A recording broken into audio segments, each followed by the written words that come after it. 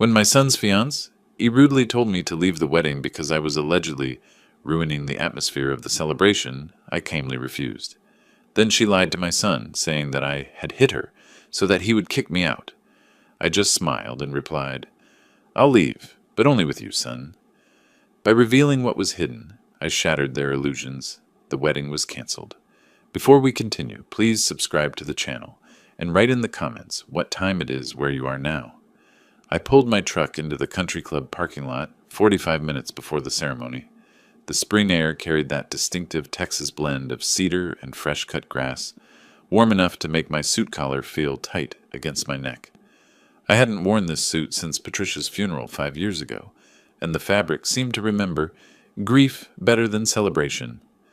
Through the rearview mirror, I adjusted my tie for the third time. My hands were steadier than I expected. Michael was getting married today, my only son, the boy I'd raised alone after Patricia passed, now 35 and building his own life. That should have been enough to calm my nerves. But Jennifer had been living in my house for 8 months now, and something about her presence felt wrong.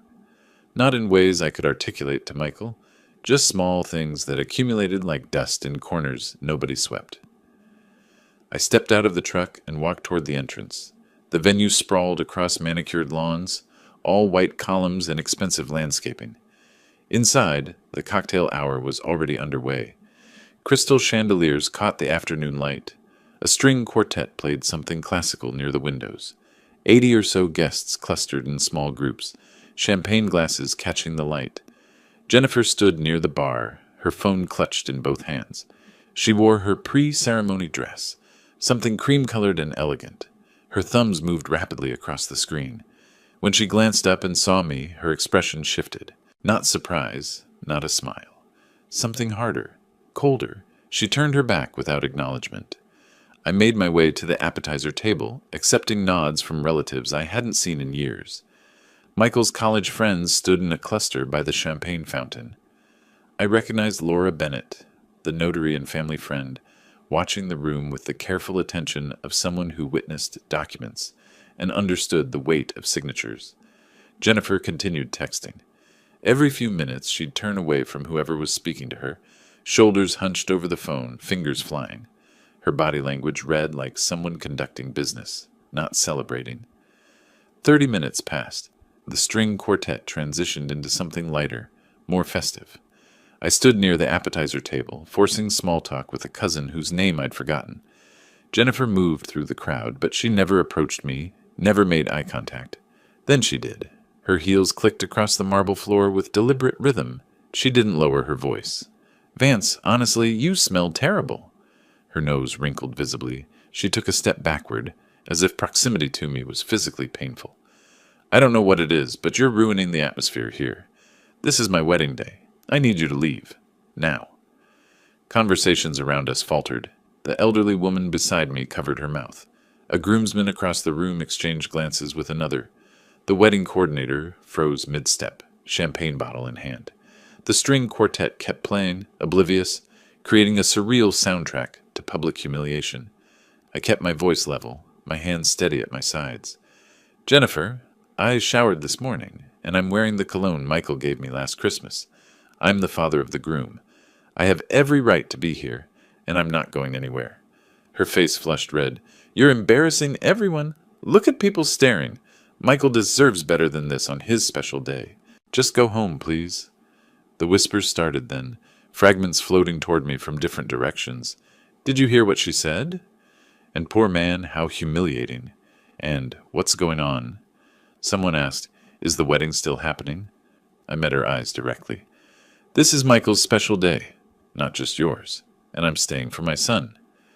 Jennifer's jaw tightened. For a moment, I thought she might say something else, but instead she turned sharply on her heel. The click of her heels against marble sounded like small-caliber gunshots. She disappeared down the hallway toward the dressing rooms. Michael had been standing with his groomsmen near the entrance. He looked between his retreating bride and his father. His hands opened and closed at his sides. His mouth formed words I couldn't hear from this distance, but I read his lips. "I'm sorry." Then he followed Jennifer. The guests remained frozen in their small clusters, conversations replaced by uncomfortable silence and sidelong glances. The string quartet finally noticed something was wrong and let their current piece trail off unfinished. I stood there, suit collar still too tight, and realized with absolute certainty that this was exactly what Jennifer wanted. Not just my absence, something bigger, something calculated. The spring air that had smelled so pleasant an hour ago now felt suffocating. 20 minutes passed like 20 hours. I remained near the windows watching the parking lot, my jaw so tight my teeth ached. Michael hadn't returned. The ceremony's start time came and went. Guests shifted uncomfortably, checking watches, whispering. Some had moved toward the ceremony space, then retreated when no one appeared to organize them. Laura Bennett approached with a glass of water I hadn't requested. "Vance, are you all right?" "I'm fine, Laura." She didn't believe me, but she nodded and stepped away. Then Jennifer emerged from the hallway. 2 bridesmaids supported her on either side. Her mascara ran in dark tracks down her cheeks, and under her left eye a bruise bloomed purple and dark. She moved slowly, as if every step caused pain. The crowd parted. Someone gasped. "He followed me." Jennifer's voice broke on the words. She lifted one shaking hand to point at me. "I just wanted him to leave quietly, and he grabbed my arm, told me I had no right to ask him to go, and then he hit me. Look at my face." The room erupted, not in sound, but in movement. Several guests moved protectively toward Jennifer. Others stared at me with expressions ranging from shock to disgust. A groomsman actually stepped between Jennifer and me, as if I might attack again. Michael appeared behind Jennifer, his face drained of all color. "Dad, what have you done?" His voice shook with anger and something worse than anger. Betrayal. "You hit her? At our wedding? Get out. I don't want to see you right now. Just go." I didn't move, didn't defend myself, didn't raise my voice. The evidence sat in my truck, and arguing here would accomplish nothing. "I'll leave, Michael." I kept my tone measured, quiet. "But only together with you, son. 5 minutes. That's all I'm asking." "Dad!" 5 minutes. Something in my voice must have reached him, because Michael looked at Jennifer, then back at me, then nodded once. He followed me through the main doors. Behind us, the buzz of shocked conversation grew louder. Outside, the evening air had cooled. The parking lot lights cast everything in sodium orange. I unlocked my phone with steady hands and pulled up the video file. "This better be good, Dad. Jennifer's in there crying because you—" "Watch this," I interrupted him, holding out the phone. "Then you tell me who's lying." Michael took the phone. The screen showed our front entryway, timestamp from the previous night, 11:47 p.m. Jennifer appeared on screen, then a man, not Michael. They kissed, not a greeting kiss, the kind of kiss that told stories about what came next. Michael's face went slack.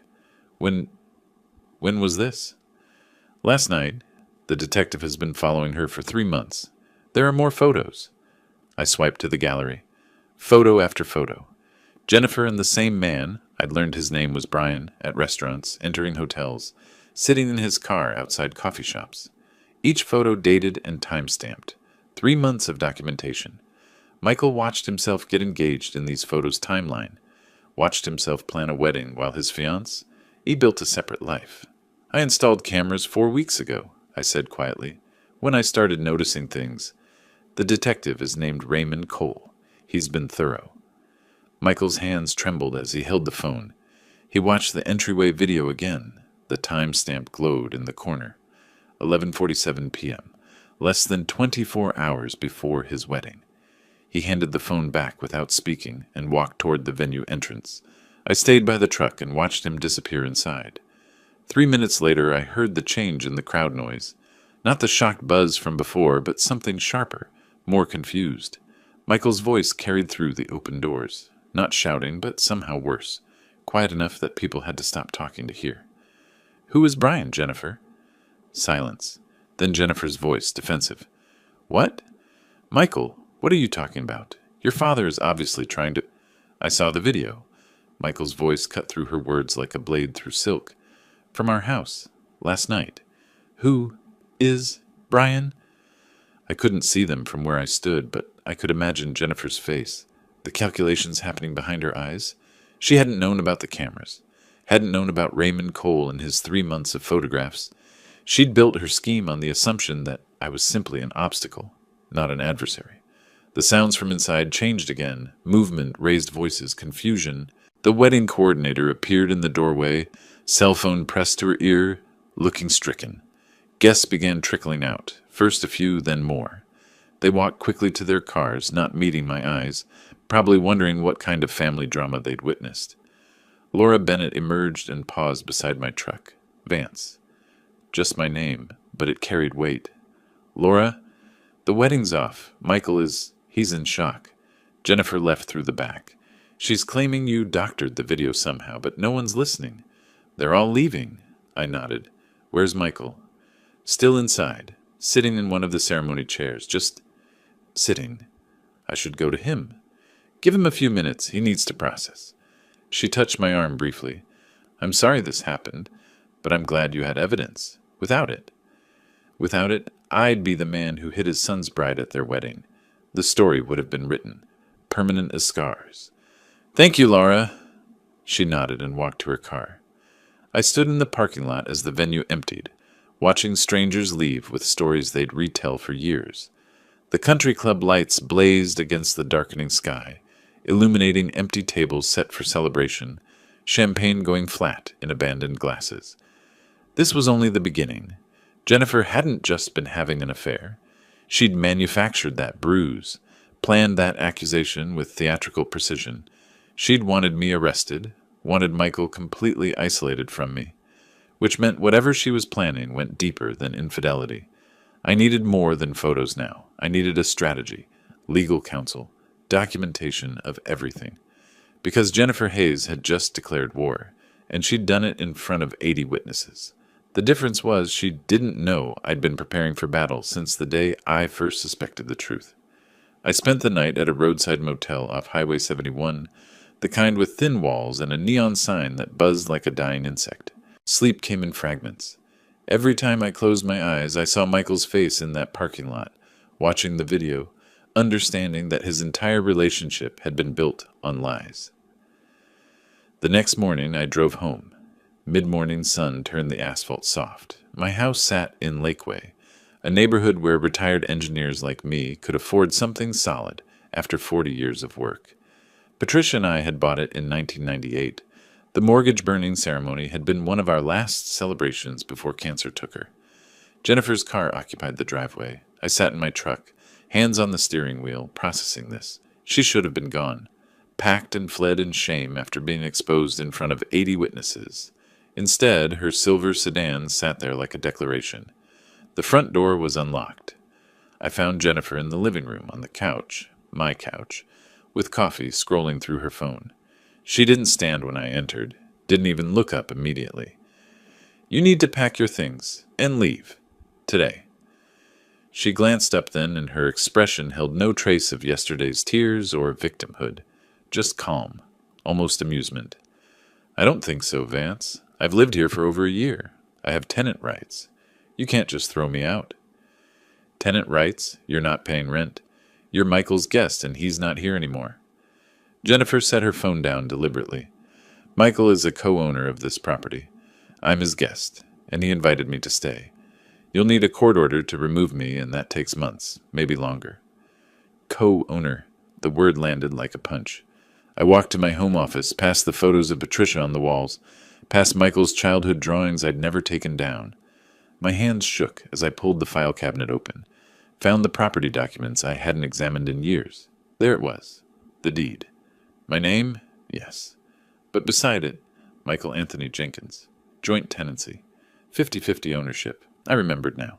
3 years ago, Michael's business venture had failed.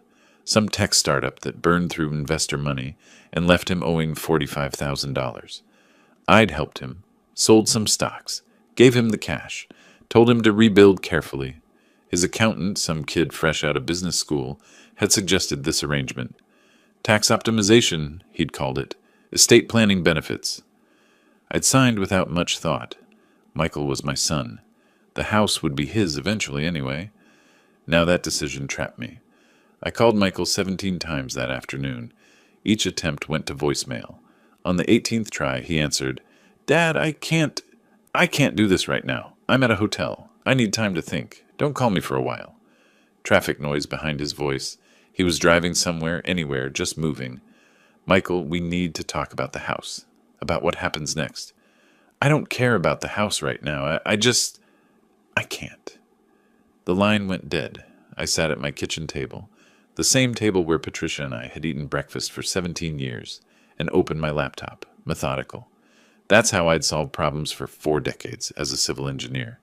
Break them into components, find solutions, build systematically. Attorney searches, reviews, specializations. I made calls, explained situations briefly, scheduled consultations. By 4 in the afternoon, I had an appointment with Patricia Morgan for the next morning. Family law specialist, strong reviews, office downtown. At 7, my phone rang. Raymond Cole, the detective. Mr. Jenkins, I found something else. Brian Mitchell, the man in your footage, he's a realtor. Licensed, but he's got a record. Fraud charges, 2015. Served 18 months, got out on probation.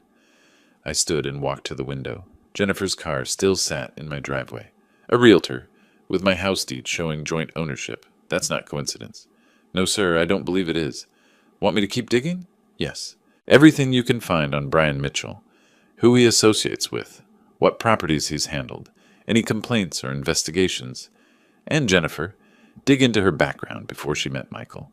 Something tells me this wasn't spontaneous. I'll have more for you in a few days. After he hung up, I walked through my house. Every room carried memories of Patricia, of raising Michael alone after she died, of building a life that felt solid and permanent. Jennifer had contaminated all of it. She sat in my living room like an occupying force, protected by paperwork I'd signed in good faith. But I'd spent 40 years building bridges and highways, calculating stress loads and failure points. I knew how to identify weaknesses in structures, and every structure, no matter how solid it appeared, had vulnerabilities. Jennifer thought she'd won because she had legal protection. She thought Michael's silence gave her leverage. She thought I was just an old man who'd lost his son's trust. She hadn't considered that I'd been planning since the first time I noticed her texting at midnight, claiming work emergencies. She hadn't known about the cameras, the detective, the 3 months of evidence I'd already gathered. This was just beginning, and I had patience that came from decades of watching concrete cure, waiting for materials to arrive, letting time work in my favor.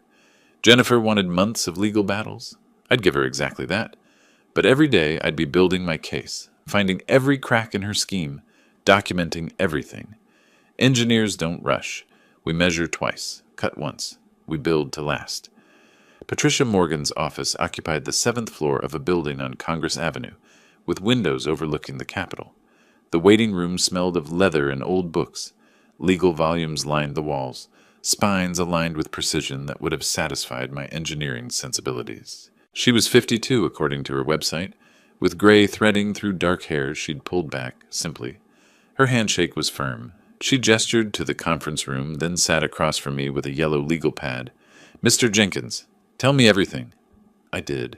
The wedding disaster, the fake assault accusation, the hidden camera evidence, Jennifer's refusal to leave, the ownership complication I'd discovered, Raymond's detective work, including Brian Mitchell's criminal background. I showed her the video, the photographs, the deed. She took notes throughout, occasionally stopping me to ask pointed questions. When I finished, she set down her pen and leaned back. Mr. Jenkins, I'll be direct. The ownership situation complicates this significantly. We can't simply evict her as a trespasser when she's arguably the guest of a co-owner. But Michael isn't supporting her claim. He's not here. His silence isn't the same as opposition. In court, her attorney will argue that permission given previously still stands until explicitly revoked, and Michael would need to be the one revoking it. I felt the weight of that reality settling. What about the assault lie? She accused me in front of 80 people. Patricia leaned forward. That's our strongest angle. Defamation with multiple witnesses. If we can prove she fabricated the bruise and the claim, we establish a pattern of deception. It won't get her out immediately, but it damages her credibility for everything else. How do we prove it? Witnesses. Timeline. The venue likely has security cameras. I'll subpoena that footage. And you said there were people who can confirm your location? Laura Bennett. She's a notary, family friend. She saw me by the windows when Jennifer came back with that bruise. Several others saw me too. Patricia made notes. I'll need their contact information. We'll build a timeline proving you couldn't have attacked her. Within 3 days, she'd filed 2 motions. One sought to evict Jennifer as an unauthorized long-term guest whose implied invitation had expired. The second was a defamation suit based on the false assault accusation. Her paralegal handled the courthouse filings while Patricia contacted witnesses. Laura Bennett agreed immediately when I called her. "Vance, of course I'll testify. You were standing by the windows when she came back out. I saw you there the whole time. That girl manufactured that bruise somehow."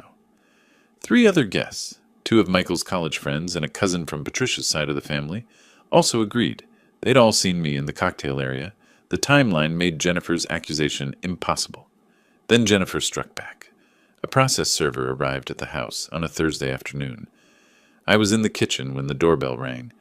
Before I could reach it, Jennifer opened the door, accepted an envelope, and turned to me with a slight smile. "This is for you." She handed me the papers. Counter motion claiming verbal agreements with co-owner Michael Jenkins for indefinite residency. Countersuit against Vance Jenkins for harassment, emotional distress, and creating a hostile living environment. Attorney Marcus Webb, specializing in tenant rights. "The law protects residents, Vance. Even ones you don't like. You're going to learn that fighting me was a mistake." I kept my voice level. "Get off my porch. It's Michael's porch too, and mine, for now."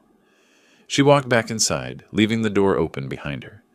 Both attorneys tried reaching Michael for depositions. He responded through emails, brief, cold messages that cut deeper than any argument. I won't be giving depositions or testimony for either side. Jennifer lived there with my permission. Beyond that, I have nothing to say. Leave me alone. I read those words 3 times, sitting at my laptop. My son reduced to digital distance, too hurt to engage, too overwhelmed to choose sides, confirming just enough to complicate everything.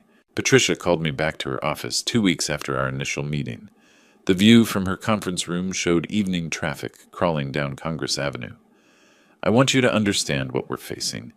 Best case scenario, we get a hearing in 6 weeks. More likely it's 8 to 10. Then there's discovery, possible continuances, appeals. You're looking at months of her living in your house. Months, possibly longer. Texas law favors established residency. She's been there over a year. That matters." I watched the traffic below. All those people heading home to their normal lives, their uncomplicated domestic situations. What are our chances? Patricia's expression remained professional, but I saw the honesty behind it. The defamation case? Strong. We have witnesses, timeline, evidence of fabrication. We'll win that. The eviction? Much harder.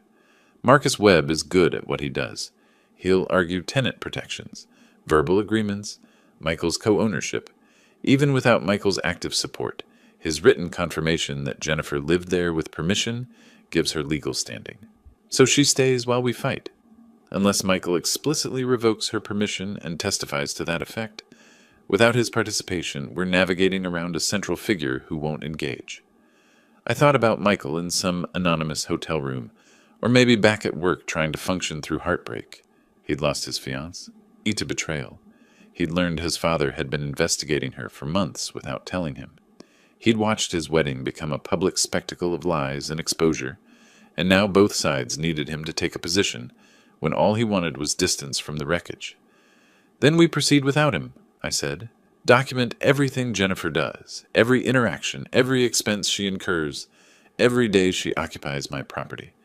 Build the case piece by piece." Patricia nodded. "That's exactly what we'll do. This is going to be a war of attrition, Mr. Jenkins. She's counting on you giving up, settling, maybe even selling the property and splitting proceeds. She wants you worn down." I stood, gathered my copies of the legal filings. I built infrastructure for 40 years, highways that carry millions of cars, bridges designed to last a century. I understand long-term projects. At the door, I turned back. One more thing. The detective found that Jennifer's boyfriend is a realtor with a fraud conviction. That's not coincidence.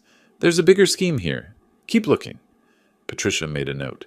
"I will, and Vance, document everything. Everything she says, does. Every person who visits. You're building evidence for months from now. I drove home in darkness, knowing Jennifer would be there, occupying my space, confident in her legal protections. But confidence built on deception always had cracks, and I'd spent a lifetime learning how to find them. 3 weeks into the legal battle, my phone rang while I was reviewing property tax records at the small apartment I'd rented near downtown. Raymond Cole's number. Mr. Jenkins, I've got something. It's bigger than we thought. Jennifer and Brian weren't just having an affair. They were running a real estate scam, and your house was the target. 20 minutes later, I sat across from Raymond in a coffee shop in South Austin, far from anywhere Jennifer might be. He'd chosen a corner booth away from other patrons.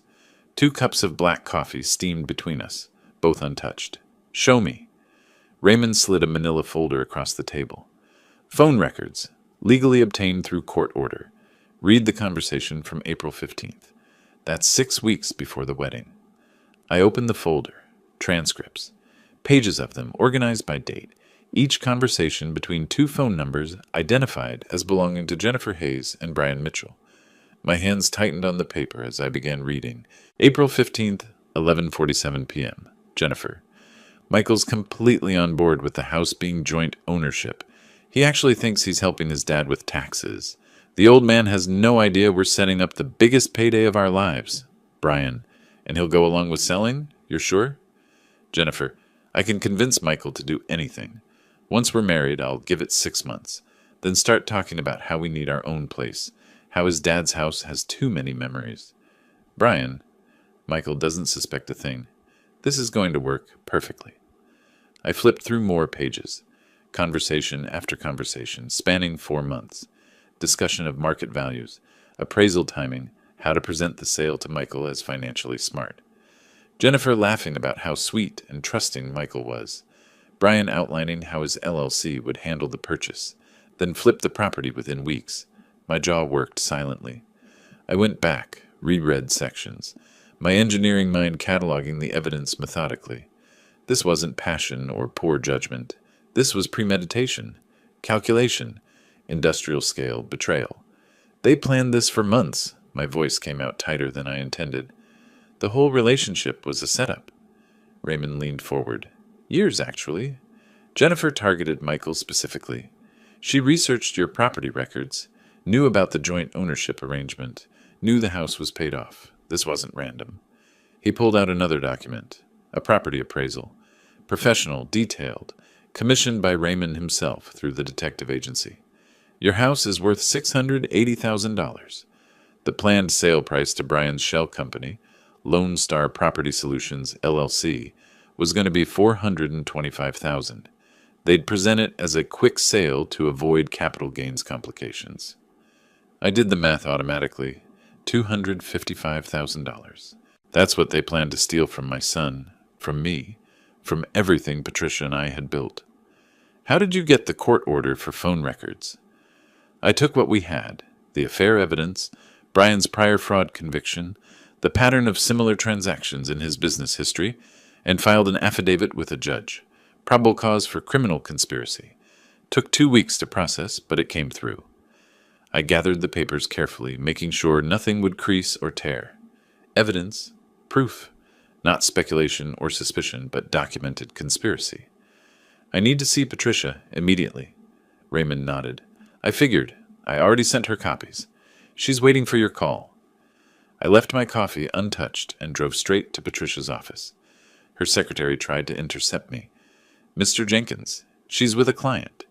But Patricia saw my face through her office window and waved me in. We spread everything across her conference table. The original detective report, the video evidence from my hidden camera, the phone transcripts, the property appraisal, Brian's business records showing multiple similar frauds over the past 5 years. Patricia photographed each document with her phone, made copies, began drafting something on her laptop. Vance, this changes everything. She looked up from her screen. We're not just fighting an eviction battle. We're looking at conspiracy to commit fraud, possibly wire fraud if any communications cross state lines, attempted theft by deception. This is criminal. What do? We file a criminal complaint with the DA's office. I'll prepare a referral package with all this evidence. The civil suits continue, but now we've got criminal exposure hanging over both of them. Jennifer's attorney won't be able to ignore this. I looked at the transcripts again. Jennifer's words about Michael. Doesn't suspect a thing. My son reduced to a mark, a target, someone to be used and discarded once his utility expired. I want them prosecuted, both of them. Patricia's expression was serious but satisfied. The DA will make that decision, but with evidence this solid, I'd say chances are good. Brian's prior conviction will work against him. Pattern of behavior. Jennifer's looking at her first felony charge.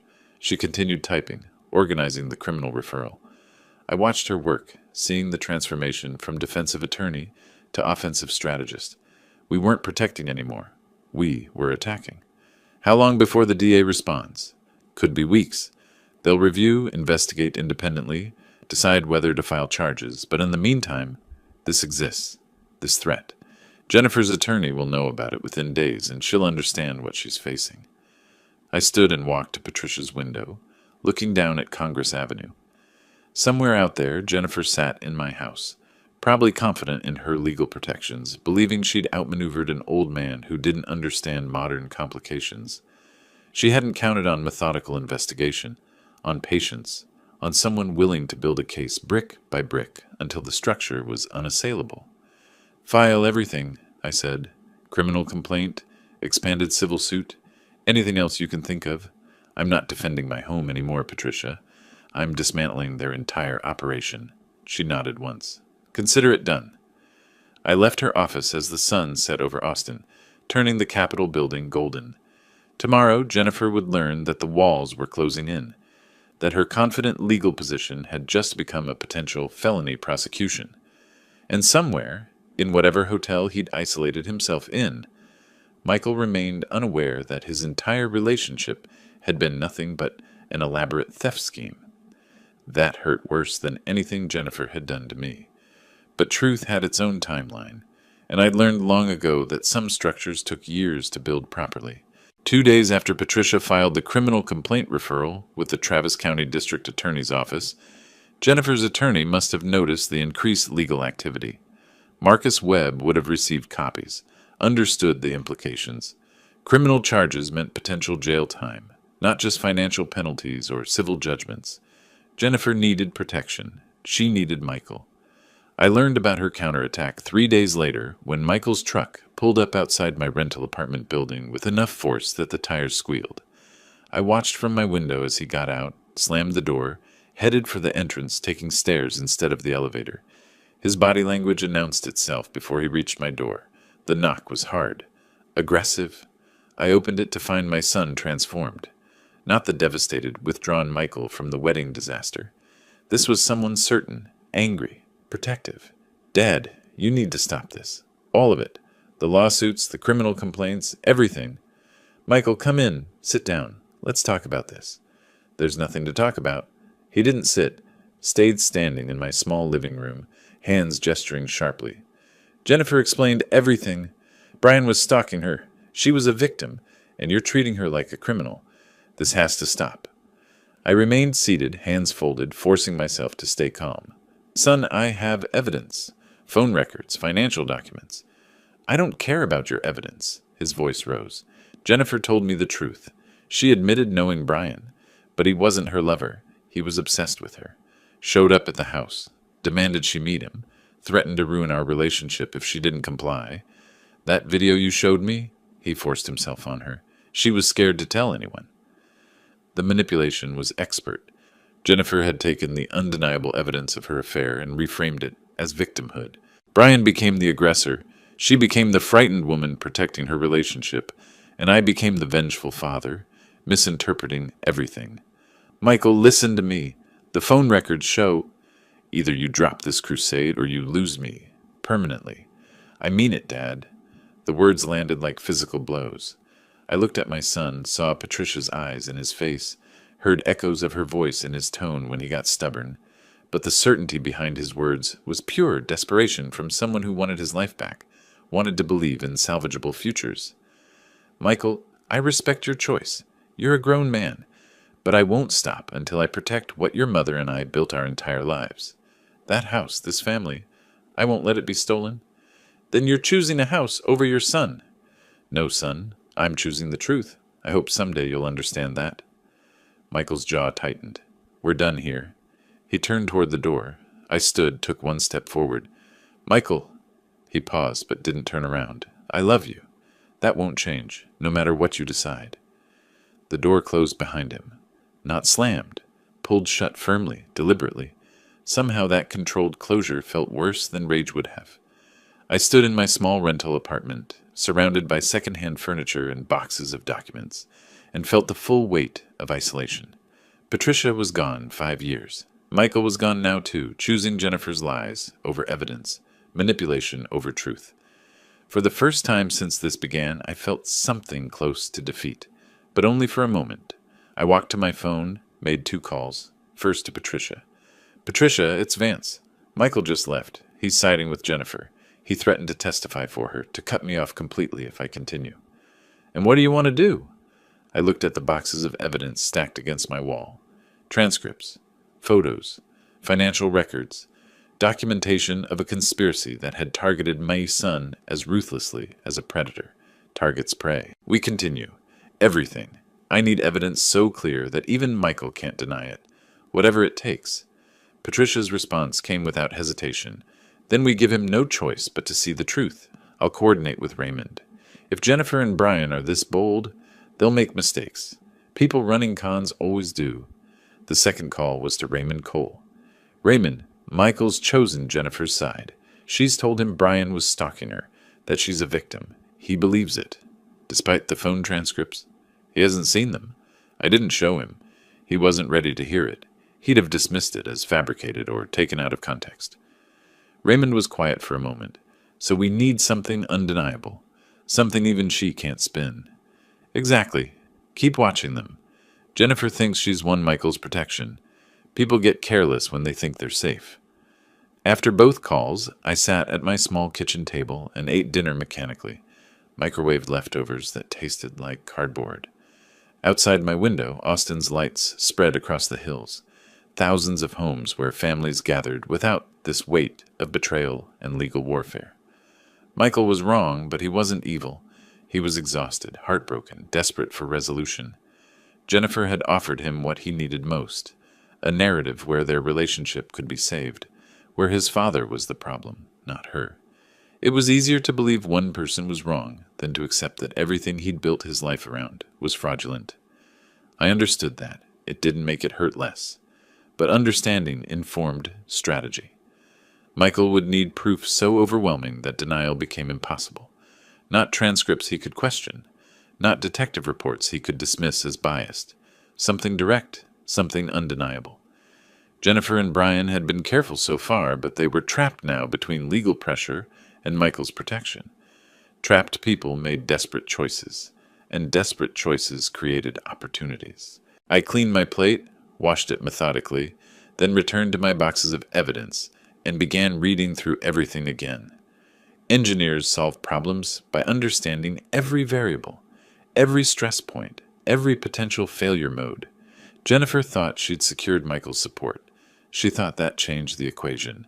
She was right that it changed things, but not in the way she imagined. A week after Michael's confrontation with me, Jennifer filed a formal complaint with the Austin Police Department. Domestic violence, pattern of harassment. She claimed the bruise from the wedding was recent, that she felt unsafe in the shared residence, that I'd been increasingly aggressive. 2 patrol cars arrived on a Tuesday morning. I was checking my mail when they pulled up. Neighbors appeared at windows like witnesses to a crime scene. Jennifer met the officers at the door, tissues already in hand. They separated us. Jennifer got the living room. I got the garage. Sir, there's been a complaint filed against you for domestic violence. Can you provide your account? I stood in my own garage, surrounded by tools I'd collected over 40 years, and gave them facts. The bruise happened 6 weeks ago at the wedding. She fabricated it herself. I had witnesses, Laura Bennett, 3 others, who could confirm I never touched her. This was part of ongoing property litigation. We'll need those witness names and contact information. I provided everything. Phone numbers, addresses, the court case numbers. The officers took notes, their expressions professionally neutral. They'd heard stories from both sides before, knew that truth often lives somewhere in the complicated middle. Inside, Jennifer was crying, showing photos on her phone from angles that made the fading bruise look fresh and violent. The investigation closed within 3 days. Timeline inconsistencies, witness statements, lack of physical evidence. But the complaint remained on record, a permanent suggestion that I was dangerous. The damage spread faster than facts could correct it. I discovered the spray paint 2 mornings later, going out for the newspaper with my coffee. Orange letters across my mailbox. Abuser. Visible from the street. Bright and accusatory. I stood there, coffee going cold in my hand, and methodically photographed it from every angle before getting cleaning supplies from the garage. A neighbor I'd known for 15 years crossed the street rather than walk past me on the sidewalk. Another, loading groceries into her car, saw me and hurried inside without her usual wave. I heard whispers at the hardware store. That's him. Police were at his house. Michael's text arrived that afternoon. I'm moving back home. Jennifer needs support during this difficult time. Please respect our space. Our space. My home for 30 years, where Patricia and I had raised him, where her pictures still hung on walls, had become our space, shared with the woman trying to destroy me. He moved in 3 days later. I watched from my bedroom window as his truck backed into the driveway, as he and Jennifer carried boxes inside, laughing about something, touching each other's arms with easy affection. He never looked up at my window. For 2 weeks, I attempted cohabitation. I slept in my own bedroom with the door locked, used the kitchen at 5:30 in the morning before they woke, worked in my garage workshop on projects that didn't need doing, just to have somewhere to exist. Jennifer made sure every moment was hostile. She changed the lock on the master bedroom, her and Michael's room now, played music late into the night, bass thumping through walls, had Brian visit openly for coffee, making sure I saw them sitting together on my couch, his arm draped casually across the back cushions. One evening, passing them in the hallway, I heard Jennifer whisper to Brian, "He's barely here anymore. A few more weeks, and he'll probably just give up and sign everything over. This is working perfectly." I found an apartment the next day, small 1-bedroom in a complex off Highway 183, 20 minutes from Lakeway. Functional, anonymous, temporary. The leasing agent asked about my previous residence. "Family complications," I said, and she didn't push further. I called Patricia from the apartment parking lot after signing the lease. "I can't stay in that house with them. I need to find another place." "Don't let them force you out of your own home, Vance. That could hurt our legal position." "I'm not giving up the house. I'll keep paying everything. Mortgage, utilities, taxes, insurance. I'm maintaining my ownership, but I need to be strategic, and I need better evidence." "What kind of evidence?" "The kind even Michael can't explain away." I moved on a Saturday morning while they were out. Clothes, laptop, essential toiletries. Everything else stayed. Furniture, Patricia's photos, my tools, 40 years of accumulated life. This wasn't permanent surrender. This was tactical retreat. Before leaving, I installed 4 new cameras, professional grade disguised as everyday objects. A wall clock in the kitchen, electrical outlets in the living room and hallway, a smoke detector in the entryway, motion activated, cloud uploaded, accessible from my phone. Nearly impossible to detect unless you knew exactly what to look for. Jennifer thought she'd won. She'd damaged my reputation, secured Michael's protection, driven me from my own home. She felt safe now, confident, and confident people made mistakes. I locked the door behind me for what I thought might be the last time as a resident, but I'd learned something building bridges and highways for 4 decades. Sometimes you had to demolish the old structure before you could build something that would last. The surveillance system went live the moment I left. Whatever happened in that house now, I'd know about it. And eventually, so would Michael. 3 weeks into my new routine, I'd watch the recordings each evening after work. Laptop open on my apartment's small kitchen counter, reviewing footage while eating microwave dinners. Most of it was mundane. Jennifer scrolling her phone, Michael coming home tired from his IT job downtown, the 2 of them watching television. Then, on a Tuesday morning, Jennifer started searching. I was drinking coffee, preparing for work, when the motion alert pinged my phone. Jennifer moved through the house systematically, checking behind picture frames, inside air vents, under furniture. She knew what she was looking for. She found the first old camera in the living room bookshelf, held it up to examine, then yanked out the wiring with satisfaction. The second camera, hidden in a kitchen cabinet, came out minutes later. She immediately texted someone, Brian presumably, with a photo of her discoveries. He arrived that evening. I watched him inspect both cameras professionally, turning them over in his hands, nodding. "These are the same models I spotted weeks ago." His voice came through clearly on my new kitchen wall. Clock, camera. "Basic consumer grade. We're clear." Jennifer looked uncertain. "Are you sure? What if there are more?" "I've checked this place professionally. These were the only two. Trust me, I know what I'm looking for." Over the next several days, their behavior changed, more relaxed. Brian started visiting during daytime hours when Michael was at work. They spoke freely, touched casually, acted like the house belonged to them. Thursday afternoon, 2 weeks after they'd found the old cameras, Brian arrived at 2:15. Michael's shift didn't end until 6. Almost 4 hours of privacy. Jennifer made coffee. They settled at the kitchen table, my kitchen table, and Brian spread out documents. The wall clock camera captured everything in perfect HD. "Okay, so here's the play." Brian's finger traced across papers. "Home equity loan, $220,000. With the house appraised at $680,000 and the mortgage paid off, it's barely a third of the equity. Banks love this. And Michael will go along with it. You'll convince him. Tell him I have investment opportunities. Property flips that return 30%. Tell him it's how you build real wealth. The guy works in IT making $70,000 a year. He'll jump at the chance to make big money." Jennifer laughed, a sound without warmth. "He's been skeptical about financial risks since his business failed. That's why he's still making $70,000 a year." Brian leaned back in my chair, put his feet up on another. "He's cautious, which makes him the easiest mark I've ever worked. Cautious people want security so bad they'll believe anything that promises it." "I can't believe he actually thinks I love him." Jennifer sipped her coffee. "After everything, the affair evidence, the wedding disaster, he still took me back." "That's the beauty of targets like Michael. They want the fantasy so much they'll ignore reality. His father showed him video of us, and he still chose to believe your stalking story." Jennifer shook her head, smiling. "Naive doesn't even cover it. Pathetic is closer." Watching from my apartment, my hands clenched into fists.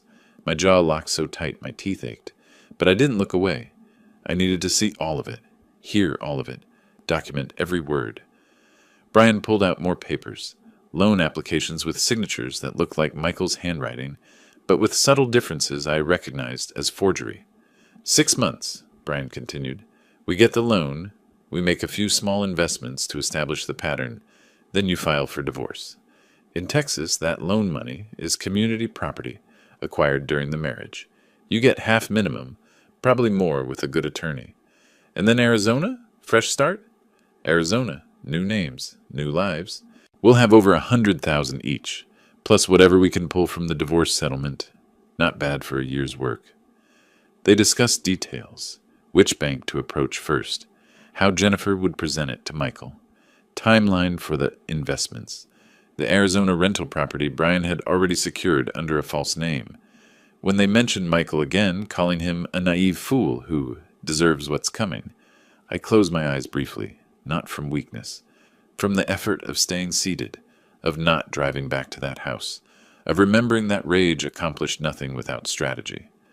At 3:47, Brian left. I was on the phone to Patricia before his car cleared the driveway.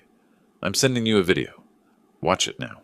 Jennifer and Brian, in my house, planning to defraud my son of over $200,000. Silence on the other end while she pulled it up on her computer, then a long exhale. Vance, this is exactly what we needed. Conspiracy to commit fraud, loan fraud, identity theft if they use those false names. And the part about Michael, him hearing them mock him like that, will that be enough? Will this finally open his eyes? If this doesn't, nothing will. When do you want to show him?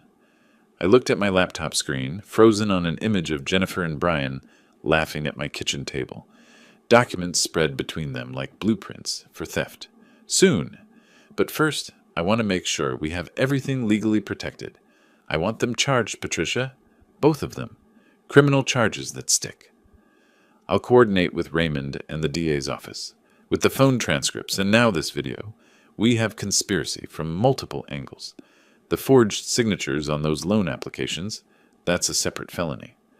After hanging up with Patricia, I called Raymond, sent him the files, watched him watch the video in real time through our video call, saw his expression harden when Brian called Michael the easiest mark. They're criminals, Raymond said quietly. Professional ones. This wasn't Jennifer's first con, and it definitely wasn't Brian's. Can you prove that? Give me 3 days. I'll dig into both their backgrounds deeper, find the pattern. People like this don't suddenly start with a scheme this sophisticated.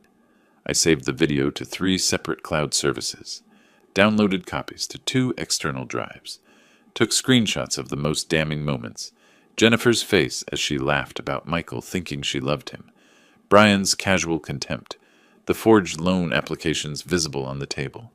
Evidence? Finally, irrefutable. Michael was still at work, probably sitting in his office cubicle checking server logs or troubleshooting network issues, unaware that in a few days his entire world would collapse again. But this time, he'd see the truth not through his father's explanations, but through Jennifer's own words. She'd mocked him, called him pathetic, planned his financial destruction while he slept beside her each night, trusting and naive and desperately wanting to believe in salvageable love. Part of me wanted to call him immediately, send the video, force him to watch. But strategy mattered more than urgency. The DA needed time to review. Patricia needed to prepare. And I needed Michael to see this not as his father's attack, but as justice's revelation. Outside my apartment window, Austin spread across the hills in evening light.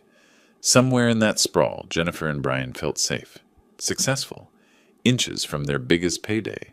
They had no idea the walls had already closed around them. 2 days after obtaining the video, I sent Michael a text message. Can we talk? Not about the legal stuff, just coffee. The place on West 6th, if you remember it. The coffee shop held history. Saturday mornings before Jennifer, Michael, and I would meet there, discussing everything from career decisions to basketball playoffs to nothing important at all. Just father and son sharing time. I didn't know if he'd respond. The next morning I arrived early. Chose the booth by the window, the one we always used. Ordered 2 black coffees before he arrived. The way we both drank it. No sugar, no cream. Checked my watch repeatedly. 9 o'clock became 9:15. Maybe he wouldn't come. Then he appeared in the doorway. He looked terrible. Dark circles under his eyes, weight loss visible in his face and neck. He spotted me, hesitated, then crossed the room and slid into the booth without speaking. I wasn't sure I'd come, he said finally. I'm glad you did. How are you? He laughed bitterly. That's a complicated question. Work is fine. Everything else? He trailed off, staring at his coffee. We talked carefully for 10 minutes. His latest project at work, a server migration that was causing headaches. The heat wave, traffic on I-35. Everything safe, everything meaningless. Then I placed my tablet on the table between us. Before you say anything, just watch this. Please. After you've seen it, if you want to leave, I'll understand. But you need to see it. I'd queued up the video, volume adjusted just loud enough for him to hear, but not for other patrons. I pressed play and turned the screen toward him. His face went through stages as he watched. Confusion first. Jennifer and Brian at the kitchen table. Documents spread between them. Then recognition as he understood what he was seeing. Horror when Brian mentioned the home equity loan amount. Jennifer's voice came through clearly. The guy works in IT, making $70,000 a year. He'll jump at the chance to make big money. Brian's response. That's why he's still making $70,000 a year. He's cautious, which makes him the easiest mark I've ever worked.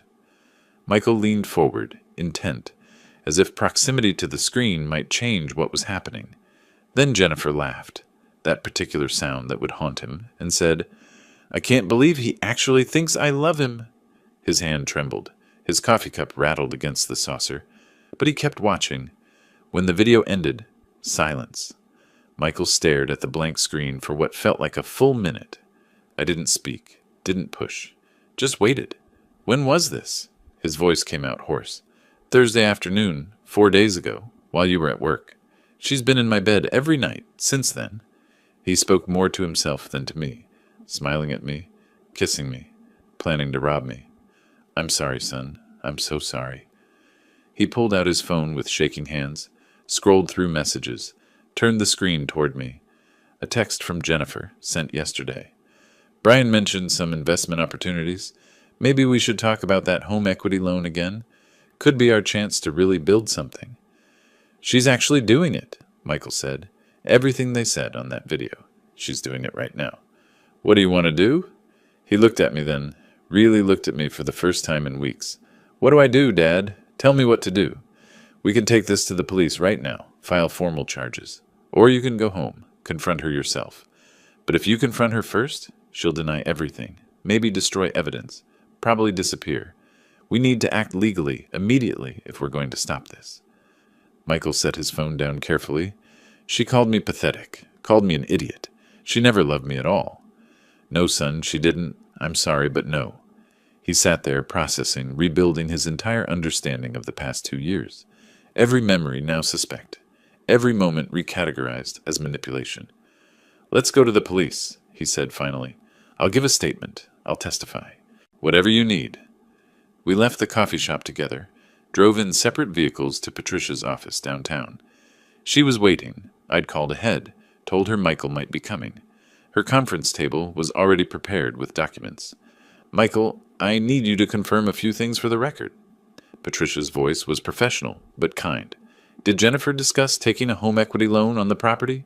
Yes, multiple times. She said Brian had investment opportunities that could return 30%. She made it sound like a smart financial move. And did you agree to this loan? No. I was considering it, but something felt off. I kept delaying. Now I know why. She was setting me up. Patricia took detailed notes, had Michael sign affidavits, prepared witness statements. Then we drove to the police station's fraud division. Raymond Cole met us there, guided us to an interview room with a recording device on the table. Mr. Jenkins, in your own words, describe your relationship with Jennifer Hayes and when loan discussions began. Michael spoke clearly, his IT professional's mind organizing information even under emotional stress. He described meeting Jennifer 2 years ago, her moving in, the gradual introduction of Brian as a financial advisor, the increasing pressure about the loan. Did she mention Brian Mitchell specifically in relation to these investments? Yes. She positioned him as a successful realtor with great contacts, someone who could help us build wealth. She made him sound professional, credible. Not, Michael paused, not what he actually was. The statement took an hour. When we emerged, Raymond pulled me aside. The assistant DA is reviewing everything now. Your video, the phone transcripts, Michael's testimony.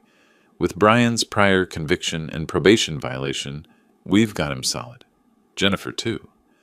By end of day, Raymond called. We got approval. Arrest warrants for both of them.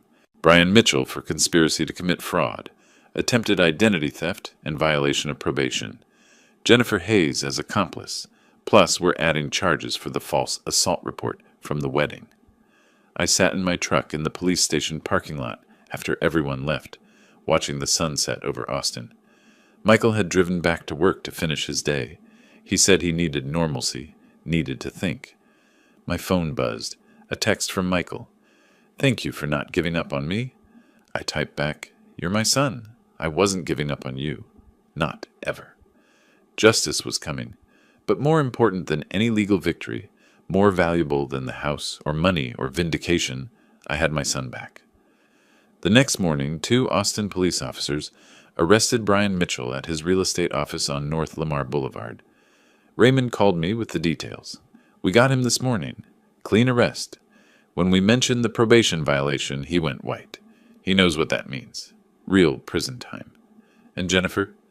Officers are heading to the house now. Michael's at work. He won't have to see it. Jennifer tried her usual tactics when detectives arrived that afternoon. I heard about it later through Raymond. The tears, the claims of being a victim, the attempt to manipulate. But these officers had watched the video evidence. They'd seen her mock Michael, heard her plan the fraud. Ma'am, we have video evidence of you planning to defraud your fiancé of over $200,000. You need to come with us now. She was booked and released on bond that evening, but the legal momentum had shifted irreversibly. Patricia filed an emergency eviction order. Within a week, a judge granted it. 2 weeks after the arrests, a Travis County constable supervised Jennifer's removal from my property. I stood in the driveway with Patricia beside me as Jennifer emerged with 2 suitcases and a backpack. Everything she'd arrived with 2 years ago. The expensive clothes, jewelry, all the possessions she'd accumulated were gone, sold to pay her defense attorney. She looked at me with pure hatred, but said nothing. The constable ensured she left without incident. Her car disappeared down the street, and the house was mine again. The legal proceedings stretched through spring into summer. Brian, facing overwhelming evidence and a probation violation, pleaded guilty in May. 3 years in state prison. His prior conviction and the recorded conspiracy left him no defense. Jennifer fought longer but eventually accepted a plea deal in July. 2 years probation, 200 hours community service, $15,000 restitution for my legal fees, permanent restraining order. The defamation suit settled separately. She admitted the assault accusation was false, provided a written apology, paid an additional $8,000 in damages. In late July, Michael and I met with Patricia and a real estate attorney at a title company office. Documents spread across the table, official and final. Dad, I want to sign this over to you completely. Michael's pen hovered over the deed transfer. It was always your house. I should never have let that accountant convince us otherwise. Michael, you're still my heir. When I'm gone, this all goes to you. That hasn't changed. I know, but while you're here, it should be yours. No complications. No joint ownership. Just yours. He signed. The notary stamped. I became sole owner again. Then Michael pulled me into a brief, awkward hug. I'm sorry, Dad, for everything, for not believing you, for choosing her over you, for being the fool they said I was. You weren't a fool. You were a man who wanted to believe in love. That's not foolish, that's human. She made me doubt you, my own father. I don't know if I can forgive myself for that. You don't need to forgive yourself. You just need to move forward. We both do. Michael had moved into his own apartment near his work, a small but decent place he paid for himself. Sunday dinners at my house became routine again. The first was stilted, eaten mostly in silence. The second included conversation about work. By the third, we laughed at something on television. Progress was incremental, but real. In early August, I fully moved back home, changed all the locks, had the place professionally cleaned, opened every window to air out the residue of betrayal, unpacked my boxes from the temporary apartment, reclaimed my space. The house felt like mine again. On a warm evening in mid-August, I sat on my back porch, watching the sunset paint Austin's skyline orange and purple. Summer was fading toward fall. The cicadas sang their evening song. Michael's truck pulled into the driveway. He came around back carrying 2 cups of coffee from our West 6th Street coffee shop. Our place, restored. He handed me 1 cup, settled into the second chair beside me. We sat in comfortable silence, watching light fade from the sky. Thanks, Dad, his voice was quiet, for not giving up. On the house, on the legal fight, on me. You're my son. I wasn't giving up on you. Not ever. I know that now. I should have known it then. More silence. Comfortable now, not weighted with tension or unspoken accusations. Just father and son, sharing space and time. Coffee's good, I said. Same place. Same order. Some things should stay the same. The sunset deepened to purple, then dark blue. Lights came on across the city. Somewhere out there, Jennifer was serving her probation, learning that consequences were real. Brian was in a state prison, his career destroyed, his freedom gone for years. The justice system had worked when presented with irrefutable evidence. But sitting here with my son, watching the evening settle over the city, I realized that justice wasn't the real victory. The house wasn't the real victory. The legal triumph wasn't the real victory. Michael was the real victory. My son healed enough to sit beside me. Our relationship damaged but mending, broken but not destroyed. He'd chosen truth over comfortable lies. He'd found the courage to face his mistakes and move forward. I placed my hand on his shoulder briefly. He nodded, understanding everything I couldn't say. The cicadas sang. The coffee was still warm, and after months of war, manipulation, and betrayal, there was finally peace. Not perfect peace. We both carried scars. But honest peace, built on truth and patience, and the refusal to surrender what mattered most. The house was mine. Justice had been served. And most importantly, I had my son back. That was enough. If you liked this story, please like this video, subscribe to the channel, and share your impressions of this story in the comments. To listen to the next story, click on the box on the left. Thank you for watching.